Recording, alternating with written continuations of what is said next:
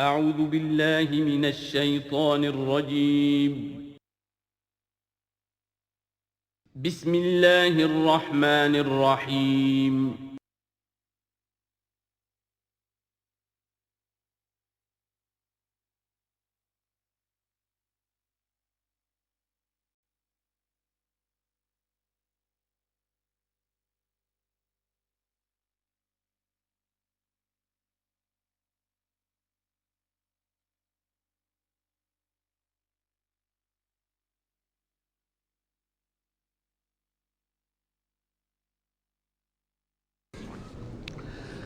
اعوذ باللہ من الشیطان الرجیم بسم اللہ الرحمن الرحیم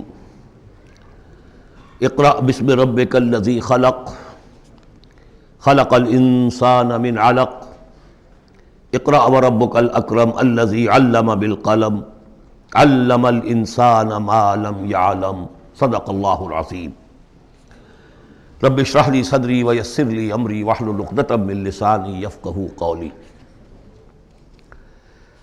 اس سے پہلے کئی مرتبہ یہ عرض کیا جا چکا ہے کہ حضور پر جو پہلی وحی آئی تقریباً اجماع ہے اس پر کہ وہ یہ 5 آیات ہیں سورہ علق کی۔ آپ کی عمر شریف جب 40 برس کے لگ بھگ ہوئی، حضرت عائشہ صدیقہ رضی اللہ تعالی عنہا کی ایک روایت میں یہ ساری چیزیں موجود ہیں، تو خلوت گزرنی محبوب ہو گئی، غور و فکر کا غلبہ ہو گیا۔ پھر آپ غار حرا میں جا کر کئی راتیں کئی دن قیام فرما ہوتے تھے، اور شارحین حدیث کا اس پر اجماع ہے کہ وہاں آپ کیا کرتے تھے؟ کان صفت تعبدہ فی غار حرا تفکر والاعتبار، غور و فکر، سوچ بچار۔ اسی میں پھر ایک دن فرشتہ آیا ہے۔ فرشتے کا آنا اور فرشتہ کیا لے کر آیا جس پر کہ اس نے یہ کہا اقرا، پڑھو، وہ ذرا بات ہے کہ جو ذرا پیچیدہ ہے، سمجھنے کی ہے، وہ میں عرض کروں گا آپ سے۔ روایت یہ ہے کہ فرشتے نے کہا اقرا، تو حضور نے فرمایا ما انا بقاری۔ فرشتے نے اپنے ساتھ بھیچا لگا کر سینے کے ساتھ، پھر چھوڑ دیا، کہا کہو اقرا۔ حضور نے پھر کہا میں ما انا بقاری، تیسری مرتبہ پھر کیا، 3 مرتبہ کرنے کے بعد پھر یہ اقرا بسم ربک الذی خلق۔ تو اس میں میرے نزدیک وہ روایت صحیح ہے کہ یہ جو پہلی وحی آئی ہے یہ ما بین النوم والیقظہ، جبکہ آپ نیم بیداری اور نیم خوابیدگی کی کیفیت میں تھے، اور فرشتہ اس وقت ایک تختی پر لکھی ہوئی یہ آیات لے کر آیا تھا۔ ورنہ ظاہر بات ہے کہ آدمی پڑھا ہوا نہ ہو تب بھی اسی کی اپنی زبان میں کہا جا رہا ہو کہ یوں کہو، تو وہ تو کہنا مشکل نہیں تھا۔ 40 برس کی عمر تھی آپ کی، کوئی آپ بچے تو نہیں تھے، کوئی شے تھی کہ جس کو پڑھنا تھا۔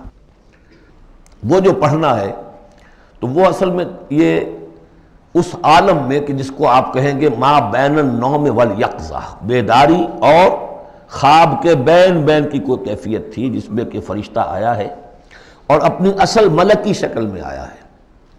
اس لیے کہ پھر اس نے جب وہ بھی کوئی چیز لکھی ہوئی لایا ہے، روایتوں میں آتا ہے سونے کی تختی تھی جس پر یہ آیات لکھی ہوئی تھیں، تو اس پر آپ نے کہا ما انا بقاری، میں تو پڑھا ہوا نہیں ہوں۔ اب بات اس کے ساتھ مطابقت رکھتی ہوئی ہے، لیکن پھر جو سینے کے ساتھ بھیچا ہے 3 مرتبہ، تو اس سے گویا کہ آپ کے اندر وہ استعداد پیدا ہو گئی، پھر آپ نے اس کو پڑھا۔ اور یہ میں یاد دلاتا ہوں کہ میں نے جب کہا تھا کہ جب دوسری وحی فترت کے بعد آئی ہے سورہ مدثر کی، تو حضور نے جب دیکھا تھا کہ اب یہ افق اعلیٰ پر یا افق مبین پر حضرت جبرائیل نظر آئے، کیسے پہچان لیا؟ وہی فرشتہ جو غار حرا میں آیا تھا، تو وہاں بھی وہ اپنی اصل ملکی شکل میں تھے، لیکن وہاں جو رویت حضور کو حاصل ہوئی تھی وہ پوری بیداری کی حالت کی نہیں تھی، ما بین النوم والیقظہ، یعنی کچھ نیم خوابی اور نیم بیداری کی کیفیت تھی، لیکن دیکھ لیا تھا حضرت جبرائیل کو ان کی اصل ملکی شکل میں اس وقت۔ لہذا پھر جب وہ پہاڑ سے اترتے ہوئے یا محمد کی صدا آئی، اور پھر آپ نے 2 مرتبہ تو ادھر ادھر دیکھا، کوئی نظر نہیں آیا، تو آپ کو کچھ خوف سا بھی طاری ہوا۔ پھر اچانک نگاہ اٹھی تو دیکھا کہ وہی فرشتہ کہ وہی کہ جو غار حرا میں آیا تھا، اس طرح ہے کہ آسمان زمین کے مابین افق پر، اور اس طرح سے ہے کہ پورا افق بھر گیا۔ تو یہ ہے اس کا پس منظر۔ اقرا بسم ربک الذی خلق، پڑھو اپنے اس رب کے نام سے جس نے پیدا کیا۔ خلق الانسان من علق، انسان کو پیدا کیا اس نے اس جونک کی طرح کی چیز سے کہ جو رحم مادر میں چمٹ گئی تھی۔ اقرا وربک الاکرم، پڑھو اور تمہارا رب بہت کریم ہے، بہت کریم ہے، بہت مہربان ہے۔ الذی علم بالقلم، جس نے کہ تعلیم دی ہے قلم کے ساتھ۔ عام انسانی تعلیم قلم کے ذریعے سے ہے، حضور کے لیے قلم کے درجے میں فرشتہ ہے، فرشتے کے ذریعے سے حضور کو سکھایا گیا ہے۔ علم الانسان ما لم یعلم، اور انسان کو سکھایا ہے جو کچھ کہ وہ نہیں جانتا تھا۔ اس وحی سے آپ کی نبوت کا ظہور ہو گیا۔ نبی تو پیدائشی طور پر نبی ہوتا ہے، لیکن اس کا ظہور ہوا ہے اس وحی کے ساتھ۔ البتہ اس میں کوئی تبلیغ کا حکم نہیں ہے، وہ تو پھر جب وہ وحی آئی ہے، جب کہ فرشتے کو دیکھا ہے افق اعلیٰ پر، افق مبین پر، اس کے بعد جب گھر گئے ہیں اور پھر آپ کمبل اوڑھ کر لیٹ گئے ہیں، دہشت کی کیفیت طاری تھی، پھر وہ سورہ مدثر کی آیات نازل ہوئیں، یا ایھا المدثر قم فانذر وربک فکبر۔ وہاں سے پھر آپ کی رسالت کا آغاز ہوا کہ اے لحاف میں لپٹ کر لیٹنے والے، اب کھڑے ہو جاؤ، انذار کرو، خبردار کرو لوگوں کو، اور اپنے رب کی کبریائی کا اعلان کرو، اور اس کی کبریائی کے نفاذ کی جد و جہد کرو۔ یہ ہم پڑھ چکے ہیں سورہ مدثر میں۔ اس کے بعد میں نے عرض کیا تھا سورہ مدثر ہی میں 7 آیتوں میں حضور سے خطاب کے بعد پھر 3 آیتیں تھیں۔ فَإِذَا نُقِرَ فِي النَّاقُورِ فَذَلِكَ يَوْمَئِذٍ يَوْمٌ عَسِيرٌ عَلَى الْكَافِرِينَ غَيْرُ يَسِيرٌ۔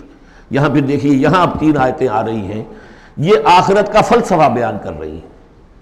کَلَّا إِنَّ الْإِنسَانَ لَيَطْغَىٰ، کوئی نہیں، انسان طغیانی پر، سرکشی پر، زیادتی پر، ظلم پر، تعدی پر آمادہ ہو ہی جاتا ہے۔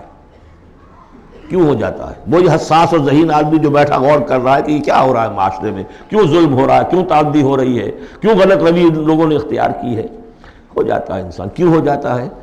الراہ استغنا، وہ اپنے آپ کو دیکھتا ہے کہ اس پر پکڑ کوئی نہیں، انگارہ زبان پر رکھوں گا تو جل جائے گی، جھوٹ بولوں گا کچھ بھی نہیں ہوگا،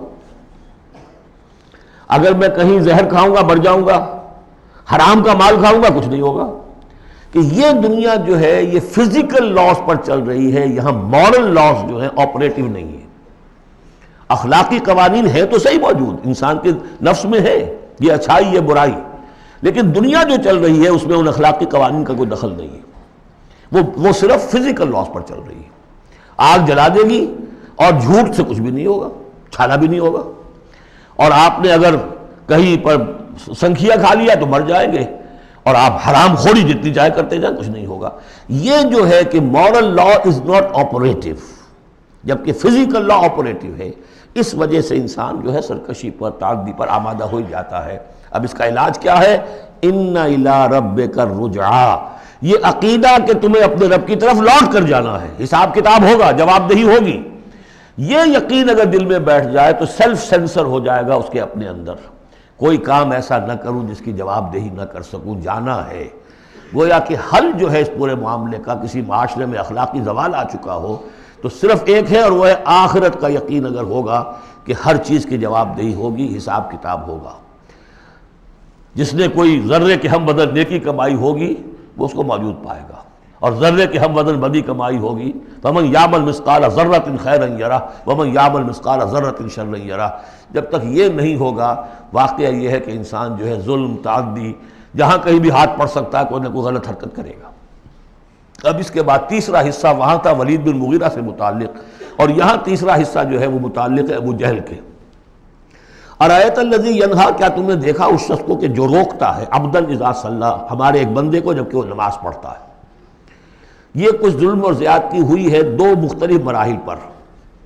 2 واقعات تو ہمیں ایسے ملتے ہیں کہ حضور کو نماز سے روکا گیا اور آپ کو ایذا پہنچائی گئی اور کوئی غیر معمولی واقعہ نہیں ہوا۔ ایک مرتبہ حضور صلی اللہ علیہ وسلم سجدے میں تھے تو بیٹھے ہوئے تھے دور پہ کچھ وہ ابو جہل اور اس کے ساتھی، انہوں نے کہا کہ کوئی ہے ذرا جو فلاں جگہ پر اونٹ ذبح ہوا، اس کی اوجڑی پڑی ہوئی ہے، وہ اوجڑی لا کے محمد کی گردن پہ رکھ دو جب یہ سجدے میں جائے۔ تو حضور سجدے میں گئے تو وہ اوجڑی لا کے، اونٹ کی اوجڑی بری ہوئی، وہ لا کے رکھ دی، تو آپ سر نہیں اٹھا پا رہے تھے۔ پھر حضرت فاطمہ کو معلوم ہوا، وہ آئی ہیں دوڑتی ہوئی، پھر انہوں نے وہاں سے اس کو ہٹایا ہے، اور تو اس وقت ایک زیادتی یہ کی گئی، اس وقت کوئی غیر معمولی واقعہ نہیں ہوا، یعنی کہیں اللہ تعالیٰ نے پکڑا نہیں اسے۔ ایک موقع پر یہ ہے کہ حضور نماز پڑھ رہے تھے تو وہ آیا، اس نے آپ کی گردن کے اندر چادر ڈال کر اس کا ایک پھندا سا بنا کے کھینچا کہ آپ کی آنکھیں ابل پڑی۔ لیکن تیسرا واقعہ آتا ہے کہ ایک موقع پر حضور صلی اللہ علیہ وسلم نماز پڑھ رہے تھے تو اس نے ڈانٹا اور کہا کہ محمد میں نے تمہیں منع کیا مت نماز یہاں پڑھا کیا کرو، اور وہ پھر آگے بڑھا کوئی اقدام کرنے کے لیے پھر پیچھے ہٹ گیا۔ لوگوں نے کہا کیا ہوا؟ تو کہا کہ مجھے اپنے اور محمد کے درمیان ایک کھائی نظر آئی جس میں کوئی پروں والی مخلوق تھی اور وہ میری تکہ بوٹی کرنے کو تیار تھی. اس سے خوف کھا کر وہ پیچھے ہٹ گیا.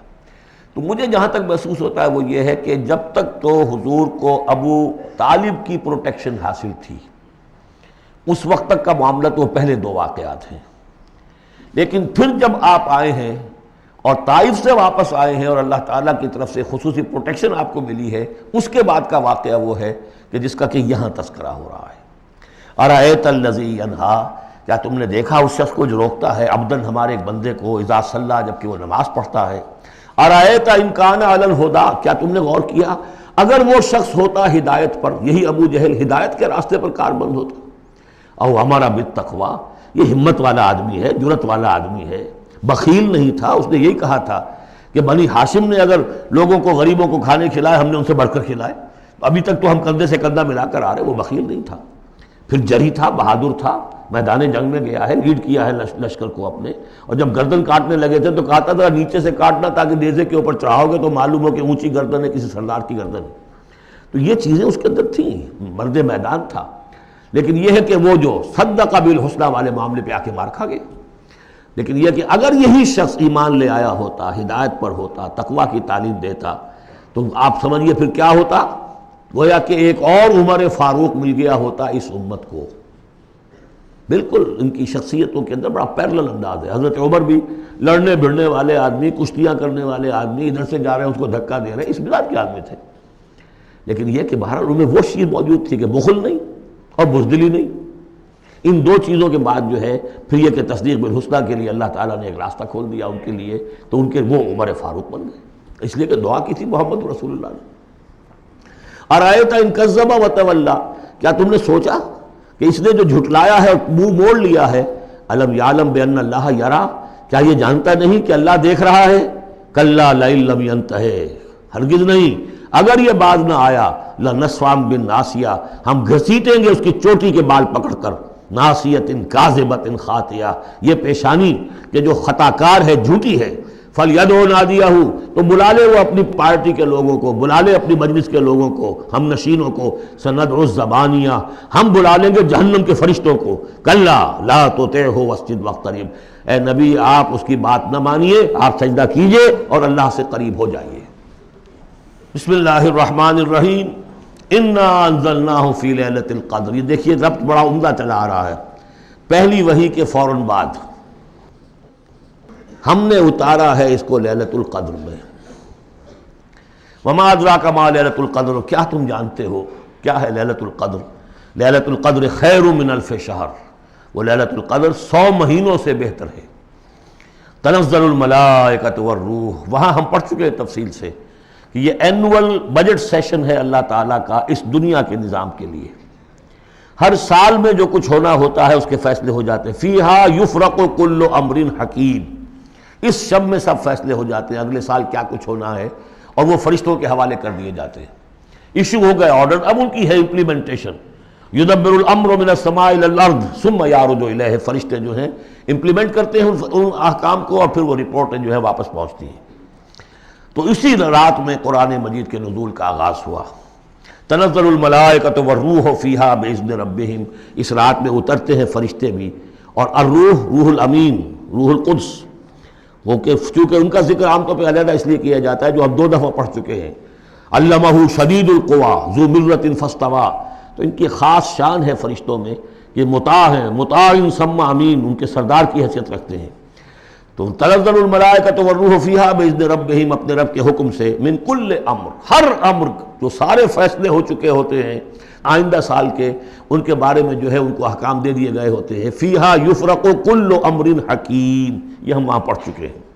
سلام، اور یہ رات جو ہے اللہ تعالیٰ نے پھر اس کی برکات ایسی رکھی ہیں کہ اگر اس میں کوئی شخص جو ہے اللہ کا خاص طور پر عبادت گزار بندہ جو ہے اس سے دعا کرے تو اللہ تعالیٰ اس دعا کو قبول کرتا ہے. عبادت کا جو اجر و ثواب ہے وہ اس ایک شب کا وہ 1000 مہینوں کے اجر و ثواب سے بڑھ جائے گا. ہی حتی مطلع الفجر، یہ فجر کے طلوع ہونے تک یہ رات ہے. اب اس کے بعد ایک سورت جو آ رہی ہے، اس کے بارے میں عام طور پر آپ کو لکھا ہوا مل جائے گا کہ یہ سورہ جو ہے یہ مدنیہ ہے. لیکن یہ کہ یہ اکثر سورتوں کے بارے میں یہ جو آخری ہیں ہر قرآن مجید میں کوئی نہ کوئی ایک رائے تو لکھی ہے، لیکن جب تفصیل دیکھتے ہیں تو بہت سی آراء ہیں اس میں، یہ کوئی ایک رائے نہیں ہوتی۔ میں نے جب تحقیق کی ہے تو حضرت عائشہ صدیقہ رضی اللہ تعالیٰ عنہ کے قول کے مطابق یہ صورت بھی مکی ہے، مدنی نہیں ہے۔ سورۃ البینہ، بسم اللہ الرحمن الرحیم، لم یکن الذین کفروا من اہل الکتاب والمشرکین منفکین حتی تأتیہم البینہ، نہیں تھے وہ لوگ جنہوں نے کفر کیا تھا اہل کتاب میں سے اور مشرکین میں سے کہ انہیں علیحدہ کر دیا جاتا یا باز آ جاتے، حتی تأتیہم البینہ، جب تک کہ ان کے پاس بینہ نہ آ جاتی ہے۔ ظاہر بات ہے کہ وہ گمراہی میں مبتلا تھے، کوئی بین چیز آئے، کوئی واضح چیز آئے جس سے کہ ان کو محسوس ہو جائے، شعور ہو جائے کہ ہم گمراہی پر ہیں۔ اور یا اس کا مفہوم یہ ہے کہ جب تک بین ان کے اوپر بات نہ آ جائے اس وقت تک انہیں کاٹا نہیں جا سکتا، انہیں اپنے سے علیحدہ نہیں کیا جا سکتا۔ منفک جو ہے یہ دونوں طریقے سے معنی دے گا۔ اب قابل غور کیا بات ہے، وہ بینہ کیا ہے؟ رسول من اللہ یتلو صحفا مطہرۃ فیہا کتب قیمہ، ایک رسول اللہ کی جانب سے جو تلاوت کرتے ہیں پاکیزہ اوراق کی، اور وہ فیہا، ان اوراق میں کیا ہے؟ بڑی مضبوط کتابیں لکھی ہوئی ہیں، احکام ہیں اللہ کے۔ کتاب کا لفظ خاص طور پر میں بتاتا آیا ہوں آپ کو کہ یہ احکام شریعت کے لیے آتا ہے۔ فیہا کتب قیمہ، یہ ہے وہ چیز کہ جب اللہ کا رسول اللہ کی کتاب لے کر آ جائے تو یہ بینہ اب ہو گئی، اب بات واضح ہو گئی، اب کسی شک و شبے کی گنجائش نہیں رہی۔ یہی سورہ طلاق میں ہم نے پڑھا تھا ذکرہ، قد انزلنا الیکم ذکرا رسولا یتلو علیکم آیاتہ، تو یہ جو ہے رسول جب تلاوت کرتا ہے، گویا کہ رسول اور کتاب مل کر بینہ بنے، اللہ کی کتاب اس کا معلم رسول مل کر بینہ بنے۔ اس اعتبار سے بینہ اور ذکرہ کی جو تعبیر ہوئی ہے اور اس کی ڈیفینیشن جو ہوئی ہے سورہ بینہ میں اور سورہ طلاق میں، وہ بہت اہم ہے۔ اب فرمایا وما تفرق الذین اوتوا الکتاب الا من بعد ما جاءتهم البینہ، یہ جن لوگوں کو کتاب دی گئی تھی انہوں نے جو پہلے بھی تفرقہ کیا ہے آپس میں، یہ جو بٹ گئے، یہ کوئی نصارہ بن گئے، کوئی یہودی بن گئے، پھر نصارہ میں نہ معلوم کتنے فرقے ہوئے اور یہودیوں میں کتنے فرقے ہوئے، یہ سارا تفرقہ ہوا کب؟ الا من بعد ما جاءتهم البینہ، مگر یہ کہ ان کے پاس بینہ آ چکی تھی، گویا کہ اس کے اب جرم کے وہ پورے طور پر اس کی سزا کے سزاوار ہو چکے۔ وما امروا، یہ آیت اس اعتبار سے بہت اہم ہے کہ دین کا پھر وہی خلاصہ جو ہم نے پڑھا تھا بہت ہی شد و بد کے ساتھ سورہ زمر میں، وہ پھر آ گیا۔ وما امروا الا لیعبدوا اللہ مخلصین لہ الدین حنفاء، اور انہیں حکم نہیں ہوا تھا مگر اس بات کا کہ بندگی کریں، پرستش کریں اللہ کی، لیکن اس کے لیے اپنی اطاعت کو خالص کرتے ہوئے۔ یہ نہیں کہ نماز تو اللہ کی پڑھ رہے ہیں لیکن یہ کہ اور کام اپنے نفس کی مرضی کے مطابق کر رہے ہیں، وہاں اللہ کے حکم کو ٹھکرا دیا ہے۔ کاروبار جو کر رہے ہیں وہ اور طریقوں سے کر رہے ہیں جو حرام ہے، یہ تو پھر بندگی نہ ہوئی۔ یہ تو وہ بات ہو گئی افتؤمنون ببعض الکتاب وتکفرون ببعض، کیا تم ہماری کتاب اور شریعت کے ایک حصے کو مانتے ہو اور ایک کو رد کر دیتے ہو؟ فما جزاء من یفعل ذلک منکم الا خزی فی الحیاۃ الدنیا، تو جو کوئی بھی تم میں سے یہ رویہ اختیار کرے گا اس کی کوئی سزا اس کے سوا نہیں ہے کہ دنیا میں ذلیل و خوار کر دیے جائیں، ویوم القیامۃ یردون الی اشد العذاب، اور قیامت کے دن بدترین عذاب میں جھونک دیے جائیں۔ دنیا کی رسوائی تو آج ہمارے ماتھے پر لکھی ہوئی ہے۔ 1.5 ارب انسان، 1.25 ارب تو کم سے کم ہے، 120-130 کروڑ سے کم نہیں آج مسلمان، عزت نام کی کوئی شے نہیں۔ عالمی معاملات میں وی ہیو نو سے، کسٹمی پرست کے بھیا کیس تھی، ہماری پالیسیاں کہیں اور بنتی ہیں، کہیں اور سے ہمارے بجٹ کے لیے انسٹرکشن کہیں اور سے آتی ہیں، اور تو اور بات ہے۔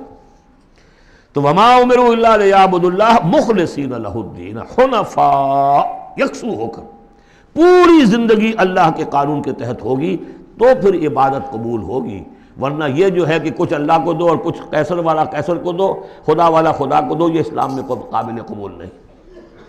اب اس کے بعد فرمایا وَيُقِيمُ الصَّلَاةَ وَيُؤْتُوا الزَّكَاةَ، اس کے علاوہ وہ نماز قائم کریں، زکوٰۃ ادا کریں۔ بندگی اور شے ہو گئی، نماز اور زکوٰۃ علیحدہ شے ہو گئی۔ بندگی تو اطاعت ہے، زندگی آمد برائے بندگی، زندگی بے بندگی شرمندگی۔ اس بندگی کے تقاضوں کو پورا کرنے کے لیے نماز دی گئی آپ کو، تاکہ آپ یاد تو کرتے رہیں، اللہ کو یاد تو کرتے رہیں، تاکہ وہ جو عہد کیا ایاک نعبد و ایاک نستعین دن میں 5 مرتبہ تازہ ہو جائے۔ اس کو حفیظ نے کہا ہے کہ سرکشی نے کر دیے دھندلے نقوش بندگی، آؤ سجدے میں گریں، لوح جبین تازہ کریں۔ یہ جو ہے اس کے اوپر دھندلے ہو گئے نقوش بندگی. نماز پڑھو تاکہ یہ بندگی کا نقش پھر اور چمک اٹھے. ایاک نعبد و ایاک نستعین کتنی مرتبہ دہراؤ گے سورہ فاتحہ کو ہر نماز میں تو تم اپنے عہد کو تازہ کر رہے ہو. اور زکوٰۃ دو. وذالک الدین القیمہ یہی ہے سیدھا دین، ہمیشہ کا دین. ان الذین کفروا من اہل الکتاب والمشرکین بے شک وہ لوگ جنہوں نے کفر کی روش اختیار کی، خواہ وہ اہل کتاب میں سے تھے یہود اور نصارہ، والمشرکین خواہ وہ مشرکین میں سے تھے، فی نار جہنم خالدین فیہا وہ ہوں گے جہنم کی آگ میں، اس میں ہمیشہ ہمیش رہیں گے. اولئک ہم شر البریہ یہ یقیناً بدترین خلائق ہے. ان الذین آمنوا وعملوا الصالحات اس کے برعکس وہ لوگ جو ایمان لائے جنہوں نے نیک عمل کیے، اولئک ہم خیر البریہ یہ بہترین خلائق ہے. اللہم ربنا اجعلنا منہم اللہ تعالی ہمیں ان میں شامل ہونے کی توفیق عطا فرمائے. جزاؤہم عند ربہم جنات عدن تجری من تحتہا الانہار خالدین فیہا ابدا ان کا بدلہ ہوگا ان کے رب کے پاس وہ باغات، رہنے والے باغات، ریزیڈینشل گارڈنز جن کے دامن میں ندیاں بہتی ہوں گی اور جس میں وہ رہیں گے ہمیشہ ہمیش ہمیشہ ہمیش. یہ مقام اور ایک سورہ تغابن جو ہم نے پڑھی تھی اس وقت میں نے وہ بات کا تذکرہ نہیں کیا تھا. دو مقامات قرآن مجید کے ایسے ہیں جہاں جو سائملٹینیس کنٹراسٹ ہے وہ یہ ہے کہ جہنم کے لیے صرف خالدین فیہا آیا ہے اور جنت کے لیے خالدین فیہا ابدا، تو یقیناً کوئی نہ کوئی فرق ہے. ویسے جہنم کے لیے بھی قرآن میں دوسرے مقامات پر ابدا بھی آیا ہے اور پھر سارا کچھ، لیکن جہاں کنٹراسٹ آ جائے جو فوری ہو، تو یہ جو سائملٹینیس کنٹراسٹ کے حوالے سے چنانچہ اسی بنیاد پر امت کے دو بڑی عظیم شخصیتوں کی رائے یہ ہے کہ جہنم ابدی نہیں ہے، ایک وقت میں آ کے کھوکھلی ہو جائے گی، ختم ہو جائے گی. یا تو وہ جہنمی وہ ہوں گے کہ جن میں خیر کا سرے سے کوئی ایلیمنٹ ہی نہیں، انہیں جلا کر راکھ کر دیا جائے گا، معدوم ہو جائیں گے جیسے حیوانات معدوم ہو جائیں گے. اور اگر کوئی خیر کا ایلیمنٹ ہے تو جیسے بھٹی میں چڑھا کر دھو کر کپڑا نکال لیا جاتا ہے، ایسے ہی وہ ان کی روح جو ہے وہ نکال لی جائے گی اور وہ پھر جنت میں پہنچ جائیں گے. لیکن یہ عام اہل سنت کا عقیدہ نہیں ہے. لیکن یہ ہے کہ دو افراد ہیں جو بہت عظیم ہیں. ایک تو یہ کہ جو یوں سمجھیے کہ شیخ اکبر کہلاتے ہیں، صوفیہ میں بہت چوٹی کی شخصیت، محی الدین ابن عربی. دوسرے وہ شخص کہ جو ہر اعتبار سے محی الدین ابن عربی سے بہت شدید اختلاف کرتے ہیں، بہت شدید اختلاف، امام ابن تیمیہ. اور جو یوں سمجھیے کہ سلفی جو المسلک جو لوگ بھی ہیں دنیا میں، ان کے نزدیک سب سے بڑے امام جو ہیں، سب سے بڑے عالم وہ امام ابن تیمیہ ہے رحمۃ اللہ علیہ، ان کی رائے بھی یہی ہے.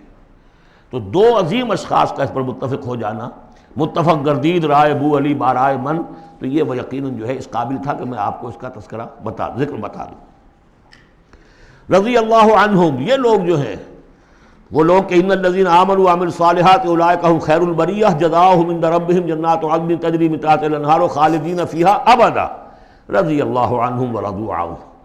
اللہ تعالیٰ ان سے راضی ہو گیا اور وہ اس سے راضی ہو جائیں گے. جب جائیں گے وہاں تو اللہ تعالیٰ وہ کچھ دے گا کہ راضی ہو جائیں گے. ذالک لمن خشی ربہ یہ ان کے لیے ہے جو اپنے رب سے ڈرتے رہے. اللہم ربنا اجعلنا منہم اللہم ربنا اجعلنا منہم. سورۃ الزلزال اس کے بارے میں بھی اختلاف ہے کہ یہ مکی ہے یا مدنی ہے. میرے نزدیک مکی ہے 100%. اور اس کے بارے میں ایک روایت یہ آئی ہے کہ حضور نے فرمایا ہے کہ یہ ایک سورت جو ہے 1000 آیات کے ہم وزن ہے اپنی فضیلت کے اعتبار سے. بسم اللہ الرحمن الرحیم. اذا زلزلت الارض زلزالها جب زمین ہلائی جائے گی جیسے کہ ہلائی جائے گی، یعنی تم اس وقت اندازہ نہیں کر سکتے کیسے ہلائی جائے گی. اسی کا نقشہ کھینچا گیا ہے سورہ حج کے شروع میں. یا ایھا الناس اتقوا ربکم ان زلزلۃ الساعۃ شیء عظیم. اس قیامت کا زلزلہ بہت بڑی شے ہوگا. یوم ترونها تذہل کل مرضعۃ عما ارضعت وتضع کل ذات حمل حملها وتری الناس سکارى وما هم بسکارى ولکن عذاب اللہ شدید. تو اذا زلزلت الارض زلزالها واخرجت الارض اثقالها اور زمین اپنے سارے بوجھ نکال کر پھینک دے گی. انسان دفن ہوں گے، چاہے دفن ہو چاہے کہیں سمندر میں غرق ہوئے ہوں، آخر ان کے اجزاء کہاں گئے؟ اسی زمین میں ہے. سمندر کی تہ میں بھی تو زمین ہی ہے. کیا ہے؟ اسی زمین میں یہیں سے نکلے تھے ان کے جسم. منہا خلقناکم وفیہا نعیدکم ومنہا نخرجکم تارۃ اخری. وہ اپنے بوجھ نکال کے فارغ ہو جائے گی. وقال الانسان ما لہا انسان کہے گا اسے کیا ہوا، یہ کیا حالات ہو گئے، کیا صورت بنی ہے. یومئذ تحدث اخبارہا اس دن یہ زمین اپنی خبریں سنائے گی بھی کہ یہ حضرت انسان میری پیٹھ پر سوار ہو کر کیا حرکتیں کرتا رہا ہے اس کی خبر بھی دے گی۔ جیسے کہ فرمایا گیا سورہ حامیم سجدہ میں، ہمارے اپنے ہاتھ ہمارے خلاف گواہی دیں گے، ہمارے اپنے پاؤں ہمارے خلاف گواہی دیں گے، ہماری اپنی جلدیں اور کھالیں ہمارے خلاف گواہی دیں گی، اور ہم کہیں گے گھبرا کر کہ لما شہدتم علینا، تم نے ہمارے خلاف کیوں گواہی دی، تم تو ہمارے عضو ہو، اور وہ کہیں گے انطقنا اللہ الذی انطق کل شیء، آج ہمیں بھی اللہ نے زبان دے دی جس نے سب کو زبان دی تھی۔ تو یہ زمین بھی اپنے احوال سنائے گی، بِأَنَّ رَبَّكَ أَوْحَىٰ لَهَا، یہ اس لیے کہ اس کے رب نے اسے حکم دیا ہوگا، اس کی وحی اسے آ گئی ہوگی۔ یومئذ یصدر الناس اشتاتا، یہ اشتاتا وہی لفظ آ گیا شتا، ان سعیکم لشتا، تم اگرچہ انسان ہو، سبھی نظر آ رہے ہو انسان، لیکن یہ کہ تمہاری سعی و جہد کے رخ بالکل مختلف ہے۔ فاما من آتا واتقى وصدق بالحسنى فسنيسره لليسرى واما من بخل واستغنى وكذب بالحسنى فسنيسره للعسرى۔ یہاں فرمایا وہ چیز اب وہاں ظاہر ہو جائے گی، یومئذ یصدر الناس اشتاتا، لوگ علیحدہ علیحدہ ہو جائیں گے، لیروا اعمالهم، تاکہ انہیں ان کے اعمال دکھا دیے جائیں۔ یہ اعمال نامہ ہے، کوئی ایک ہی بٹن دبے گا کسی اس بڑے جوائنٹ کمپیوٹر کا جو اللہ نے رکھا ہوا ہے اپنے ہاں، وہ آپ کی پوری فلم اور آپ کا ایک ایک لفظ جو ہے موجود ہے۔ فَمَن يَعْمَلْ مِثْقَالَ ذَرَّةٍ خَيْرًا يَرَهُ، تو جس کسی نے ذرے کے ہم وزن بھی کوئی نیکی کمائی ہوگی وہ اسے اپنے سامنے موجود پائے گا۔ وَمَن يَعْمَلْ مِثْقَالَ ذَرَّةٍ شَرًّا يَرَهُ، اور جس کسی نے نیکی بدی کی ہوگی ذرے کے ہم وزن وہ سامنے۔ اب ذرہ کسے کہتے تھے عربی زبان میں؟ آپ نے شاید کبھی دیکھا ہو کہ یہ چونٹیاں ہوتی ہیں، ان چونٹیوں کے بھی انڈے ہوتے ہیں، ان انڈوں سے جو بچہ نکلتا ہے وہ ذر کہلاتا ہے۔ اب ظاہر بات ہے کہ ہر زبان کے اندر کسی شے کے لیے، چھوٹی چیز حقیر چیز کے لیے ان کی اپنے آبزرویشن سے وہ چیز لی جاتی ہے۔ جیسے میں نے فتیلہ، کہ کھجور کی ناف میں جو لگا ہوا ہوتا ہے چھوٹا سا ایک تاگا سا، وہ فتیلہ ہے۔ نقیرہ وہ کیا ہے؟ تل۔ تو جو چیزیں بھی ان کے یہاں تھی مطلب چھوٹا، ذرے سے مراد ہے کہ سب سے چھوٹی شے۔ فَمَن يَعْمَلْ مِثْقَالَ ذَرَّةٍ شَرًّا يَرَهُ، اس کا نقشہ ہم دیکھ چکے ہیں سورہ کہف میں، جب وہ اعمال نامہ رکھا جائے گا، وَوُضِعَ الْكِتَابُ فَتَرَى الْمُجْرِمِينَ مُشْفِقِينَ مِمَّا فِيهِ وَيَقُولُونَ يَا وَيْلَتَنَا مَا لِهَذَا الْكِتَابِ لَا يُغَادِرُ صَغِيرَةً وَلَا كَبِيرَةً إِلَّا أَحْصَاهَا وَوَجَدُوا مَا عَمِلُوا حَاضِرًا، جو کیا ہوگا موجود ہوگا۔ یہ چار صورتیں جو زلزال سے شروع ہوئی ہیں یہ ایک مزاج کی ہیں، اس میں وہی آخرت کا انذار بہت ہی یعنی بالکل جس کو کہا جائے کہ یعنی دو ٹوک انداز میں۔ سورۃ العادیات، بسم اللہ الرحمن الرحیم، والعادیات ضبحا فالموریات قدحا فالمغیرات صبحا فاثرن به نقعا فوسطن به جمعا۔ یہ پانچویں اور آخری صورت ہے اس اسلوب کی جو صافات سے شروع ہوا تھا، والصافات صفا فالزاجرات زجرا، پھر آئی والزاریات ذروا، اور پھر اس کے بعد آئی والمرسلات عرفا، پھر آئی والنازعات غرقا، اور یہ آخری ہے والعادیات ضبحا۔ اور ان قسموں کے بارے میں بھی اجماع ہے، ان کے معنی میں کوئی اختلاف نہیں ہے۔ وہ گھوڑے کے جو دوڑتے ہیں ہانپتے ہوئے، قسم ہے ان گھوڑوں کی، یا گواہ ہیں وہ گھوڑے جو دوڑتے ہیں ہانپتے ہوئے۔ فالموریات قدحا، پھر وہ اپنے سموں سے چنگاریاں نکال رہے ہوتے ہیں، جب وہ کسی پتھر کے ساتھ ٹکراتے ہیں تو چنگاری نکلتی ہے۔ فالموریات قدحا فالمغیرات صبحا، اور پھر وہ الصبح in the small hours of the morning جا کر غارت گری کرتے ہیں۔ یہ عربوں کا جو کلچر تھا، ان کی جو تہذیب تھی، لوٹ مار، اور لوٹ مار کے لیے ان کا وقت مقرر تھا small hours of the morning, جبکہ بہت سکون سے لوگ سوئے ہوئے ہیں، ٹھنڈی ٹھنڈی ہوا چل رہی ہوتی ہے، بہت ہی مریض کو ساری رات بھی اگر نیند نہ آئی ہو تو اس وقت آ جاتی ہے، وہ وقت ایسا ہوتا ہے۔ اس میں جاتے تھے وہ برق رفتاری کے ساتھ گھوڑوں پر جا کر لوٹ مار کیا، قتل کیا، اور پھر بھاگے وہاں سے۔ یہ ان کا عام جو ہے کلچر ہے، لیکن اس میں استعمال کون ہو رہا ہے؟ گھوڑا۔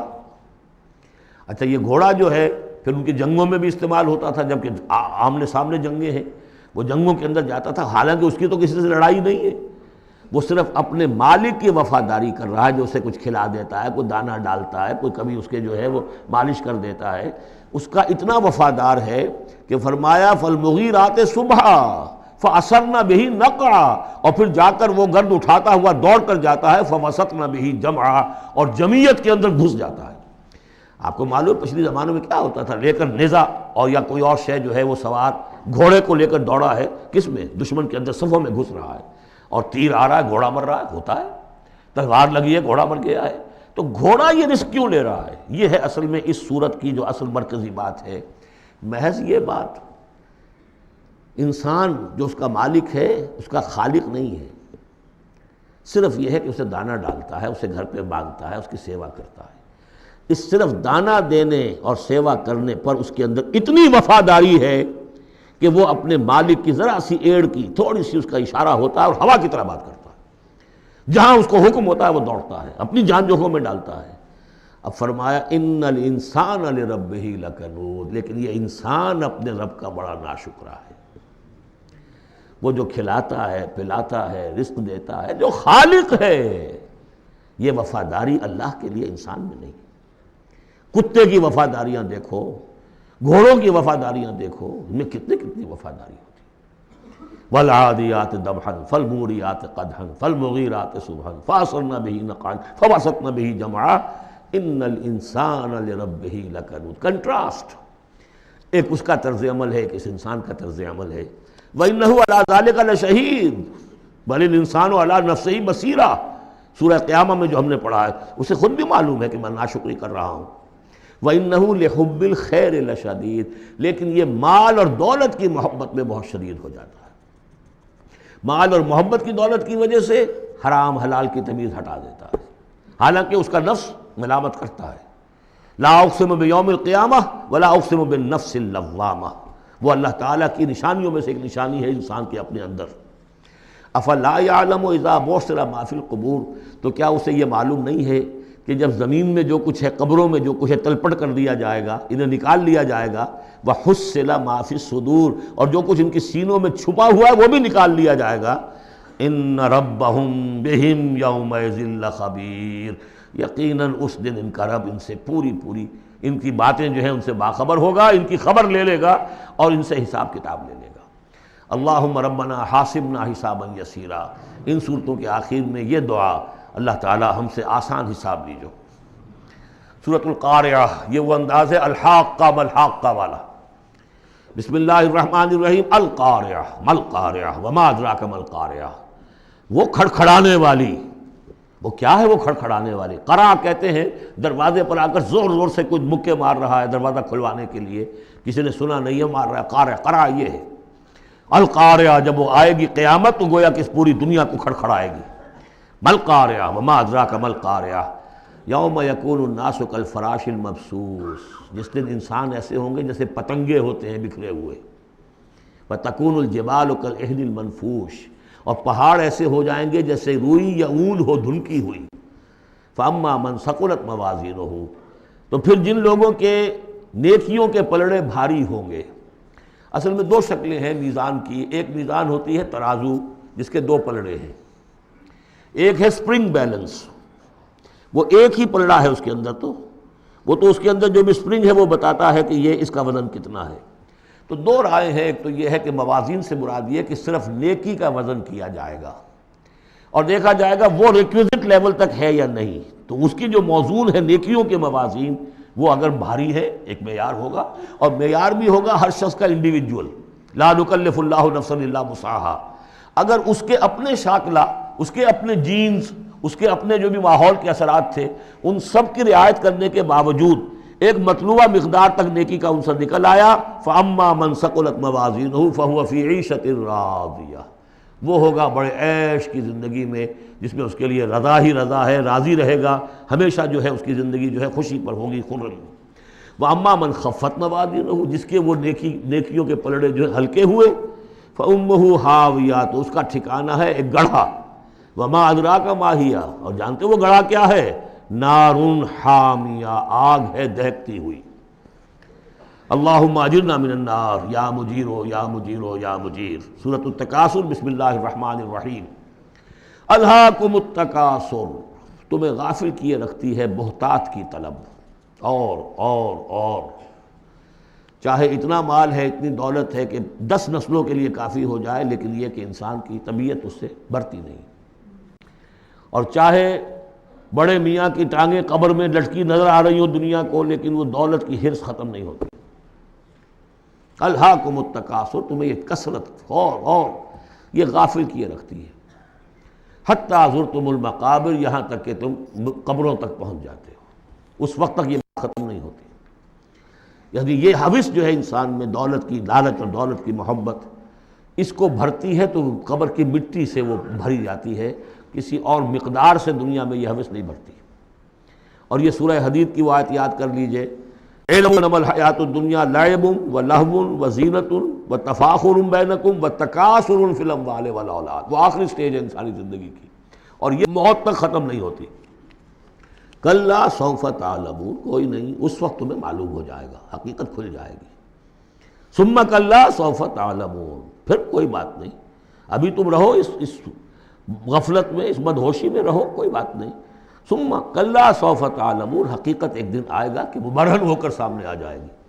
جیسے سورہ جمعہ میں پڑھا تھا ہم نے کہ اے نبی سے کہہ دیجئے کہ اگر تم موت سے بھاگ رہے ہو تو موت خود آ کر تم سے ملاقات کر لے گی، تم چاہے نہ بھی چاہو وہ تو آ جائے گی، تو وہ حقائق تم پر ہو جائیں گے۔ یہ بالکل ایسے ہی ہے جیسے کہ آخری پارے کی پہلی سورت، عما یتساءلون عن النبأ العظیم الذی ھم فیہ مختلفون کلا سیعلمون ثم کلا سیعلمون کلا لو تعلمون علم الیقین، کوئی نہیں، کاش کہ تم جان جاتے یقین والا علم، یہ یقینی علم ہے، کاش کہ ہو جاتا۔ اب اس پر جو ہے ہمارے بعض حکماء نے علم الیقین، عین الیقین اور حق الیقین کے 3 درجے قائم کیے۔ علم الیقین، آپ نے کہیں دیکھا دھواں ہے، آپ نے کہا آگ لگی ہے، حالانکہ آپ نے آگ دیکھی نہیں ہے، کسی دلیل سے، استدلال سے آپ نے انفر کیا ہے کہ آگ نکلی، یہ علم الیقین ہے۔ عین الیقین، آپ نے جا کر دیکھ لیا آنکھ سے کہ آگ لگی ہوئی ہے، اب یہ اور یقین پختہ ہو گیا۔ لیکن ایک ہو سکتا ہے پتہ نہیں یہ آگ ہے یا آگ کی شکل ہے۔ آج کل بہت سے وہ ایسے بنے ہوتے ہیٹرز کہ جو گھر میں جا کر یہ معلوم ہوتا دیکھتے ہوئے انگارے رکھے ہے کچھ بھی نہیں ہوا، تو اصل میں تو لائٹ کہیں اور، وہ جو حرارت آ رہی ہے وہ تاروں میں سے آ رہی ہے، وہ دہکتے انگارے جو نظر آ رہے ہیں وہ ہرگز ہے ہی نہیں، آگ ہے ہی نہیں، آگ کی شکل ہے۔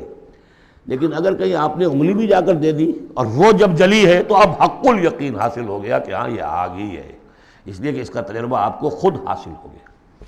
تو یہ ہے کلا لو تعلمون علم الیقین، کاش کہ تمہیں اس دنیا میں رہتے ہوئے علم الیقین ہی حاصل ہو جائے۔ لترون الجحیم، پھر تمہیں اس جہنم کو دیکھنا ہے، ثم لترونھا عین الیقین، پھر عین الیقین کے ساتھ اس کا دیکھو گے۔ ثم لتسألن یومئذ عن النعیم، پھر اس دن تم سے سوال کیا جائے گا، پوچھا جائے گا کیا کیا نعمتیں ہم نے تمہیں دی تھی اور تم نے وہاں کیا کیا ہے۔ اب آ گئی وہ صورت جو قرآن مجید کے مختصر ترین صورتوں میں سے ہے لیکن جامع ترین صورتوں میں سے ہے، سورۃ العصر، جس کے بارے میں امام شافعی کے 2 اقوال ہیں۔ ایک یہ کہ لو لم ینزل من القرآن سواہا لکفت الناس، اگر سوائے اس ایک صورت کے کوئی اور چیز نازل نہ ہوتی قرآن میں، یہ لوگوں کی ہدایت کے لیے کافی تھی۔ لو تدبر الناس هذه السورة لوسعتهم، اگر لوگ اس پر تدبر کریں، غور و فکر کریں۔ ہمارا جو منتخب نصاب مطالعہ قرآن حکیم کا، اس کا نقطہ آغاز یہ صورت ہے۔ والعصر، زمانے کی قسم ہے، زمانہ گواہ ہے، پوری تاریخ انسانی اس پر گواہی دے گی۔ ان الانسان لفی خسر، یقیناً انسان خسارے میں ہے، گھاٹے میں ہے۔ الا الذین آمنوا، سوائے ان کے جو 4 شرطیں پوری کریں، ایک نہیں۔ الا الذین آمنوا وعملوا الصالحات وتواصوا بالحق وتواصوا بالصبر، ایمان لائیں جو اس کائنات کے مخفی حقائق ہیں ان کو سمجھیں، ان کا شعور حاصل کریں، ان کی تصدیق کریں۔ ایمان باللہ، ایمان بالآخرہ، ایمان بالرسالت، پھر اس کے عملی تقاضوں کو پورا کریں۔ وعملوا الصالحات، پھر یہ کہ اس کے اوپر نہ صرف خود قائم ہوں، اس کی دعوت دیں، اس کو پھیلائیں، وصیت کریں، جو بھی حق ہے، جو بھی صحیح بات ہے، امر بالمعروف ہے، نہی عن المنکر ہے، تواصوا بالحق۔ اور پھر یہ کہ جب یہ کام آپ کریں گے، آزمائشیں آئیں گی، تکلیفیں آئیں گی، مصیبتیں آئیں گی، ریزنٹمنٹس ہوں گی، لوگ ناراض ہوں گے، آپ کیوں ان سے کہہ رہے ہیں کہ یہ کام آپ نہ کریں، یہ غلط کام ہے۔ بچوں سے بھی کہہ کر دیکھیے کہ گلی میں مت کھیلو، تم کرکٹ کھیل رہے ہو، کسی گاڑی کا شیشہ توڑو گے تو پھر اپنی عزت بچا کر وہاں سے نکل کر گھر واپس پہنچنا مشکل ہو جائے گا۔ کوئی نہیں چاہتا کہ کوئی بات آپ بتائیں، تو پھر اب آپ کو صبر کی ضرورت ہوگی، آپ اس پر کام کرتے رہیں۔ جیسے کہ حضرت لقمان نے اپنے بیٹے کو نصیحت کی تھی، یا بنی اقم الصلاۃ وامر بالمعروف وانہی عن المنکر واصبر علی ما اصابک، پھر جو بھی تکلیف آئے اسے جھیلو، پھر یہ کہ آدمی جو ہے بزدل نہ ہو، تھڑ دلا نہ ہو، کہ اس قدم سے واپس آ جائے اس خوف سے کہ کہیں مجھے اس میں کوئی تکلیف نہ آ جائے۔ وَلَنَبْلُوَنَّكُمْ بِشَيْءٍ مِّنَ الْخَوْفِ وَالْجُوعِ وَنَقْصٍ مِّنَ الْأَمْوَالِ وَالْأَنفُسِ وَالثَّمَرَاتِ وَبَشِّرِ الصَّابِرِينَ، صبر کرنے والے۔ وَالْعَصْرِ إِنَّ الْإِنسَانَ لَفِي خُسْرٍ إِلَّا الَّذِينَ آمَنُوا وَعَمِلُوا الصَّالِحَاتِ وَتَوَاصَوْا بِالْحَقِّ وَتَوَاصَوْا بِالصَّبْرِ اللہم ربنا اجعلنا منہم، اللہم ربنا اجعلنا منہم۔ جو اس راستے پر نہیں چلتے ان کا کردار کی ایک جھلک دکھائی جا رہی ہے۔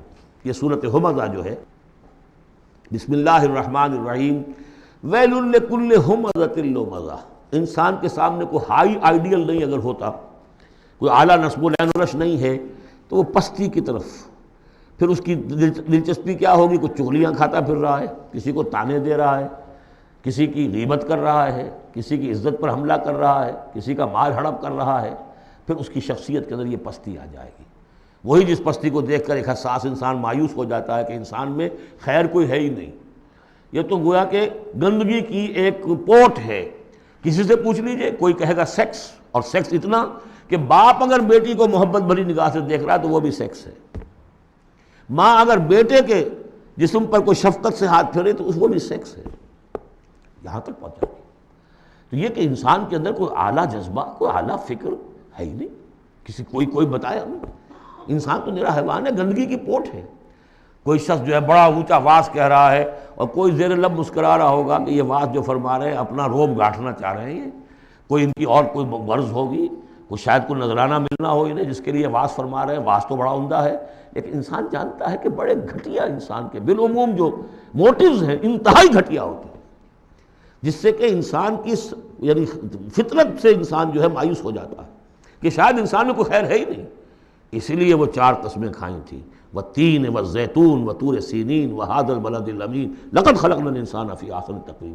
کیا محمد انسان نہیں تھے؟ کیا موسیٰ انسان نہیں تھے؟ کیا عیسیٰ انسان نہیں تھے؟ کیا نوح انسان نہیں تھے؟ انسانی عظمت کے اوپر اتنی بڑی بڑی گواہیاں موجود ہیں، لیکن جب پستی پر آتا ہے تو واقع ہے کہ اس سے پست کوئی نہیں۔ پھر اسفل سافلین، جتنا کینہ انسان میں پیدا ہو جاتا ہے اونٹ کے اندر نہیں ہے، جتنی شہوت انسان میں پیدا ہو جاتی ہے سور میں نہیں ہے اتنی۔ یہ ساری چیزیں جو ہیں، نقالی جتنی انسان کرتا ہے اتنا آپ کسی بندر میں نہیں دیکھیں گے نقالی کرتے ہوئے، اور جتنا یوں سمجھیے کہ انسان کے اندر خونخواری پیدا ہو جاتی ہے، بھیڑیوں کو مار دے جاتا ہے انسان۔ جو کچھ ہوتا ہے جب نیشنلزم کا بھوت سوار ہوتا ہے سر پر، بچوں کو، چھوٹے چھوٹے بچوں کو اچھال کر بلموں میں اور نیزوں کے اندر کون پروتے رہے؟ انسان پروتے رہے۔ سن 47 میں پروئے گئے کہ نہیں؟ وہ انسان تھے، بھیڑیے سے زیادہ، کوئی بھیڑیا ایسا کام نہیں کرے گا۔ ویل لکل ہمزۃ لمزہ، بڑی خرابی ہے اس شخص کے لیے کہ جو عیب چنتا رہتا ہے لوگوں کے اور تانے دیتا رہتا ہے۔ الذی جمع مالا وعددہ، جس کی ساری سعی و جہد اسی میں رہی، مال کمایا اور اسے گنتا رہا، اب میرے ایسٹس اتنے ہو گئے، آج کی بیلنس شیٹ اس سال کی جو ہے اس میں یہ اضافے ہو گئے۔ یحسب ان مالہ اخلدہ، کچھ گمان یہ کرتا ہے شاید کہ اس کا مال اسے ہمیشہ باقی رکھے گا۔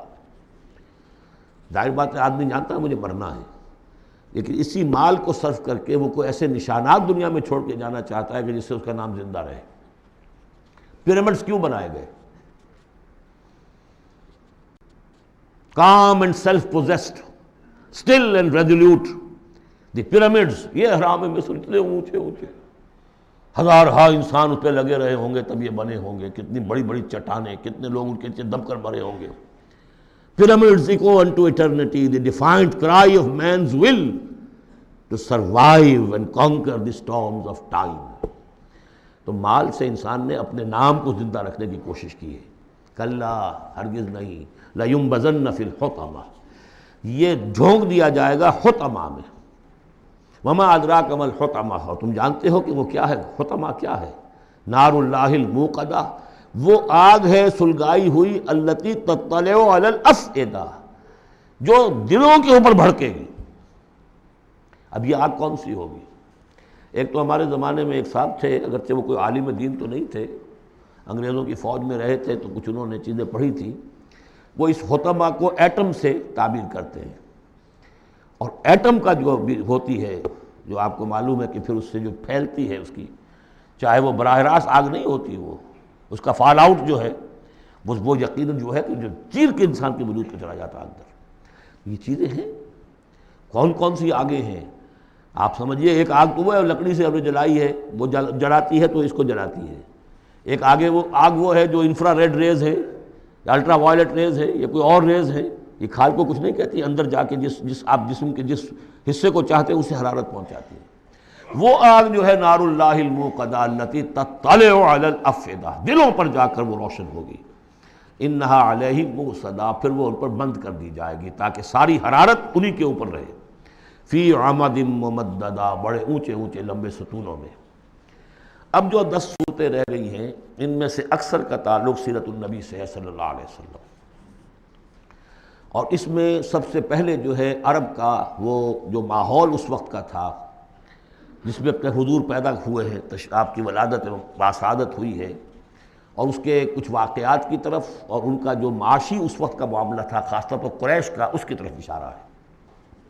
حضور کی ولادت ہوئی ہے عام الفیل میں، جس سال کہ آیا تھا ابرہہ یمن سے فوج لے کر اور وہ بیت اللہ کو گرانا چاہتا تھا. اس کا ایک لمبا تاریخی پس منظر ہے. عیسائی تھا وہ، اس نے کلیسا بنایا تھا. وہ چاہتا تھا جیسے لوگ جو ہے آتے ہیں بیت اللہ میں حج کرنے کے لیے ہجوم ہوتا ہے، ایسے ہی یہاں کلیسا میں آئے. وہاں کوئی آیا نہیں، بلکہ کوئی عرب نے جا کر شرارت بھی کی، وہیں جا کر وہ رفع حاجت کرایا اندر. اس پر جو غصہ اسے چڑھا، اس نے کہا کہ اب ان کا جو ہے یہ بیت اللہ میں ڈھاؤں گا. وہ فوج لے کر آیا ہے جس میں ہاتھی بھی تھے، اسی لیے وہ اصحاب الفیل کہلاتے ہیں. لیکن اللہ تعالیٰ نے اپنے اس گھر کی حفاظت فرمائی معجزانہ طریق پر. چھوٹے چھوٹے پرندے بھیجے ہیں جو سمندر کی طرف سے غول کے غول آئے، اور ان کے چونچوں میں اور ان کے پنجوں میں چھوٹے چھوٹے کنکر تھے. لیکن وہ کنکر جب وہ اوپر سے آ رہا ہے تو وہ گولی کا کام کرتا ہے. اس کی جو ویلوسٹی ہے اور مومنٹم جو بنتا ہے اس کا اوپر سے گرنے کی وجہ سے، تو اس نے گولیوں کا کام کیا اور پوری فوج جو ہے تہس نہس ہو گئی. الم تر کیف فعل ربک باصحاب الفیل، کیا تم نے دیکھا نہیں کیا حشر کیا تمہارے رب نے ان ہاتھی والوں کا. الم یجعل کیدہم فی تضلیل، کیا اس نے ان کی تمام تدبیروں کو اور جو داؤ انہوں نے لگایا تھا بیکار اور غیر مؤثر نہیں کر دیا. وارسل علیہم طیرا ابابیل، اور ان پر بھیج دیے جھنڈ کے جھنڈ اڑتے ہوئے جانوروں کے، پرندوں کے. ترمیہم بحجارۃ من سجیل، جو ان کو رمی کرتے تھے. یہ رمی کی یادگار در حقیقت اسی کی ہے جو حج میں جا کے کی جاتی. ترمیہم رمی، وہ ان کو مارتے تھے. بحجارۃ من سجیل، کنکریاں، وہی کنکریاں سنگ گل، یہ معرب ہے فارسی سے. وہ چھوٹی کنکریاں جو ریت کی بنی ہوتی ہیں، کہیں اگر صحرا میں ہلکی سی بارش ہو جائے تو ایک ایک قطرے کے ساتھ تھوڑی سی جو اس کا ریت مل جائے گی، پھر اس پر دھوپ پڑی اور وہ پک گئے. وہ کنکریاں کہلاتی ہیں سنگ گل، مٹی کا بنا ہوا پتھر. وہ کنکریاں ہیں کہ جو ماری گئی ہیں. فجعلہم کعصف معقول، پھر انہوں نے کر دیا انہیں ایسا جیسے کہ بھس جو کہ کھایا گیا ہو. جانوروں کے آگے آپ نے چارہ ڈالا، وہ کھا لیا، پھر کو جو کچھ پڑا رہ جاتا ہے ادھر ادھر، اس طرح کا کر دیا، ان کا نام و نشان مٹا دیا. اور یہ سن ہے جس میں کہ حضور کی پیدائش ہوئی ہے. بعض لوگوں کا بعض روایات سے معلوم ہوتا ہے کہ 50 دن بعد، اور بعض کا کہنا یہ کہ نہیں عین اسی دن ولادت ہوئی ہے حضور کی صلی اللہ علیہ وسلم.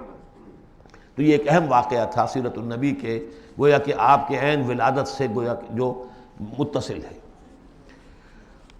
سورۃ قریش، بسم اللہ الرحمن الرحیم. لإلاف قریش إیلافہم رحلۃ الشتاء والصیف فلیعبدوا رب ھذا البیت الذی اطعمہم من جوع وآمنہم من خوف.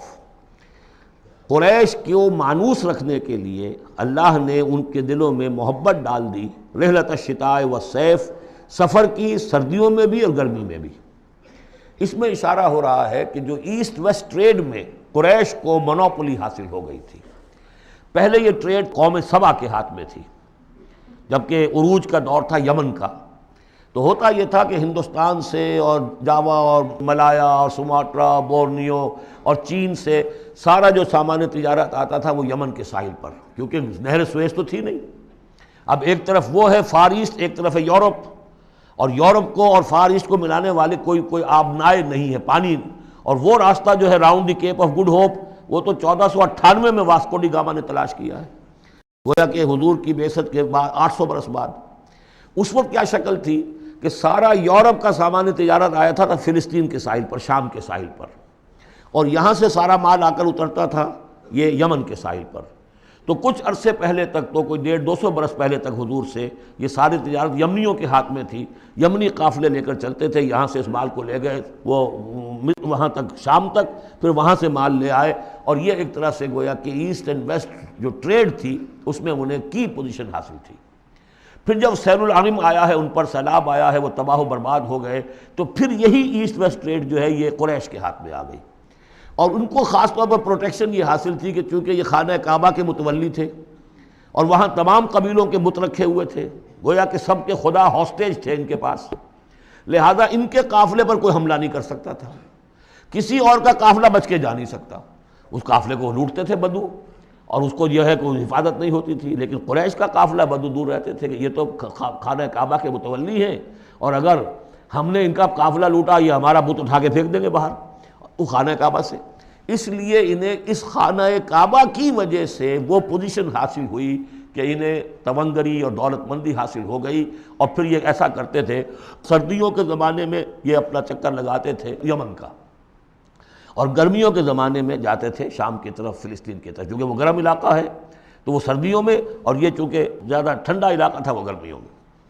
لإلاف قریش، اس واسطے کے مانوس رکھا قریش کو، الافہم رحلۃ الشتاء والصیف، ان کے دلوں میں وہ الاف سے مراد کیا ہے کہ سفر جو ہے ان کا جاڑے کا اور گرمی کا، اس سے ان کو گویا کہ مانوس کر دیا۔ فَلْيَعْبُدُوا رَبَّ هَٰذَا الْبَيْتِ، پس انہیں بندگی کرنی چاہیے، پرستش کرنی چاہیے اس گھر کے مالک کی، اس گھر کے رب کی۔ انہوں نے یہاں لا کے 360 بت رکھ دیے ہیں، انہیں چاہیے تھا کہ خلوص اور اخلاص کے ساتھ جو اس گھر کا اصل مالک ہے، جس کی توحید کے لیے یہ مرکز بنایا تھا ابراہیم نے، ان کے جد امجد نے، اور کہا تھا کہ ربنا لیقیموا الصلاۃ، تیری نماز قائم کرنے کے لیے میں نے یہ گھر بنایا ہے، تو اس کو انہوں نے جو ہے اس کو بت قدہ بنا دیا۔ دنیا کے بت قدوں میں پہلا وہ گھر خدا کا، ہم اس کے پاسباں ہیں، وہ پاسباں ہمارا۔ تو کرنا یہ چاہیے تھا الذی اطعمہم من جوع، جس نے کہ انہیں طعام پہنچایا اور بھوک سے نجات دی، انہیں غذا دی، انہیں دولت دی، وآمنہم من خوف، اور ان کو امن دے دیا ہے خوف سے کہ ان کے قافلوں کے اوپر کسی حملے کا خوف اور اندیشہ نہیں ہوتا۔ عرب میں جو بھی اخلاقی اب معاملہ ہو چکا تھا اس وقت جب کہ حضور کی بعثت ہوئی ہے، اس کا نقشہ اب آ رہا ہے سورۃ الماعون میں۔ یعنی یہ کہ ایسا نہیں تھا کہ سرے سے ان کے ہاں کوئی ویلیوز رہی نہ ہوں، لیکن یہ کہ تلپٹ ہو جاتی ہیں ویلیوز، اور یہ کہ کچھ چیزیں ہوتی ہیں کہ جن کی حقیقت نہیں رہتی، صرف ان کی رسم رہ جاتی ہے۔ جیسے آج ہمارا حال ہے، رہ گئی رسم اذاں روح بلالی نہ رہی، فلسفہ رہ گیا تلقین غزالی نہ رہی۔ تو ان کے ہاں بھی یہ آ چکا تھا کہ اب وہ چونکہ جزا و سزا کے تصور سے محروم ہو چکے تھے، لہذا ارأیت الذی یکذب بالدین، کیا تم نے دیکھا اس شخص کو جو جزا و سزا کا انکاری ہے؟ کوئی جزا سزا نہیں، کوئی باعث بعد الموت نہیں، ان ہی الا حیاتنا الدنیا نموت و نحیا وما یہلکنا الا الدہر، اس دنیا کی زندگی کے سوا کوئی زندگی نہیں، ہم خود مرتے ہیں خود جیتے ہیں، اور ہلاک کرنے والی شے گردش افلاک کے سوا اور کوئی نہیں، ہم کوئی خدا کو نہیں مانتے۔ ایسے لوگ بھی تھے ان میں۔ ظاہر بات ہے کہ اس شخص کا کردار کیسا ہو جائے گا جو جزا و سزا کا منکر ہے؟ وہ تو یہی ہوگا بابر بعیش کوش کہ عالم دوبارہ نیست، جب کوئی اور زندگی دوبارہ ہے ہی نہیں، یہی زندگی ہے، کھاؤ پیو عیش کرو، جہاں ہاتھ پڑ سکتا ہو ڈالو، جو چیز حاصل کر سکتے ہو کر لو، کیوں جھجک رہے ہو کہ یہ برا ہے اور یہ اچھا ہے اور یہ جائز ہے اور یہ ناجائز ہے؟ پھر تو طریقہ یہی ہوگا۔ تو وہ کردار کیا بنتا ہے اگر جزا و سزا کا انکاری ہوگا انسان، تو کردار کیا بنے گا؟ فَذَلِكَ الَّذِي يَدُعُّ الْيَتِيمَ، وہی ہے کہ جو یتیم کو دھکے دیتا ہے۔ کیوں کھلائے یتیم کو؟ کون سا فائدہ ہے اسے سے؟ وَلَا يَحُضُّ عَلَىٰ طَعَامِ الْمِسْكِينِ، اور کسی مسکین کو کھانا کھلانا خود تو درکنار، کسی اور کو بھی اس کے لیے کوئی تلقین کرنے کو تیار نہیں، اس لیے کہ اندیشہ یہ ہے کہ میں اسے تلقین کروں گا تو پلٹ کر مجھ سے نہ کہے کہ تم کیوں نہیں کھلاتے۔ فَوَيْلٌ لِّلْمُصَلِّينَ، ان کے ہاں نماز تو ہے، نماز کا حلیہ انہوں نے بگاڑ دیا ہے، وہ سورہ انفال میں ہم پڑھ چکے ہیں، سیٹیاں بجاتے تھے، تالیاں بجاتے تھے، لیکن وہ نماز سمجھتے تھے اسے، وہ طواف کرتے تھے خانہ کعبہ کا، اور اس میں سب سے اونچا طواف سمجھتے تھے اس کو کہ مادر ذات برہنہ ہو کر طواف کیا جائے، یہ سارے تکلفات ختم کر کے، اور بالکل جیسے دنیا میں آئے تھے، اللہ نے جب ہمیں بھیجا تھا تو اللہ کے گھر میں آئیں تو اسی طریقے سے آئیں جیسا کہ اللہ نے دنیا میں ہمیں بھیجا۔ اب ان کے یہ تصورات تھے۔ فَوَيْلٌ لِّلْمُصَلِّينَ الَّذِينَ هُمْ عَنْ صَلَاتِهِمْ سَاهُونَ، تو تباہی ہے، ہلاکت ہے، بربادی ہے ان نماز پڑھنے والوں کے لیے جو اپنی نمازوں سے غافل ہیں، اس کی روح ختم ہو چکی ہے، شکلیں بھی بدل دی گئی ہیں۔